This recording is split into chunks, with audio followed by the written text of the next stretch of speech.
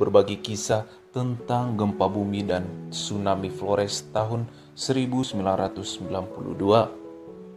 Bencana alam bisa datang kapan saja, baik ketika masyarakat siap untuk menghadapinya atau bahkan tanpa peringatan terlebih dahulu. Hal itulah yang dirasakan oleh penduduk Flores pada 12 Desember 1992. Gempa berkekuatan 6,8 skala Richter itu tak hanya menimbulkan guncangan di daratan saja, tetapi juga menjadi pemicu terjadinya tsunami setinggi 36 meter. Gempa dan tsunami telah menghancurkan hampir seluruh bangunan yang berada di sepanjang pantai Flores. Setidaknya tak kurang dari 2.100 orang tewas dan lebih dari 500 orang hilang terbawa gelombang serta tertimpa reruntuhan bangunan yang roboh.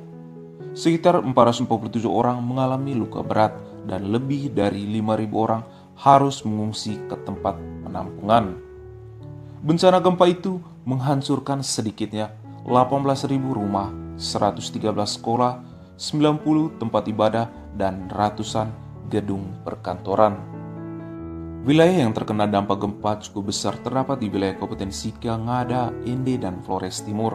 Sementara wilayah yang paling parah terkena gempa adalah Kota Momere yang diperkirakan lebih dari 1.000 bangunan hancur dan rusak parah. Tempat pengungsian warga yang rumahnya hancur dipusatkan di kawasan lapangan umum Kota Baru Momere dan Gelora Samador Datsunha. Sebagian warga yang rumahnya masih dapat dihuni memilih untuk bertahan di rumah mereka masing-masing karena khawatir terjadi penjarahan dari orang-orang yang tidak bertanggung jawab.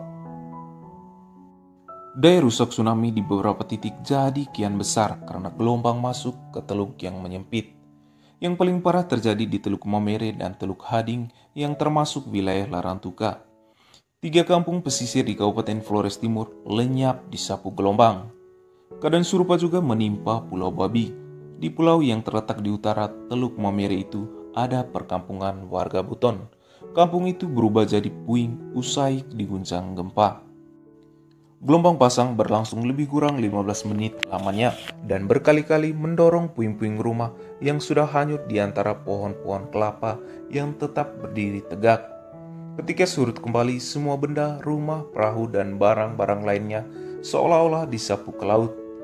Tak hanya itu, kengerian yang menyertai gempa tersebut juga memicu longsor di perbukitan. Lokasi longsor paling parah ada di bagian tengah dan selatan Kota Momere. Material longsor membuat akses jalan yang menghubungkan Momere dan kota-kota sekitarnya putus.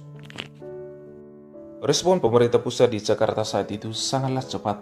Mereka segera menyatakan status bencana gempa dan tsunami di Flores sebagai bencana nasional. Bantuan terus berdatangan dari berbagai daerah di Indonesia dan juga bantuan luar negeri. Selama beberapa waktu, bantuan untuk memulihkan wilayah Flores terus dilakukan.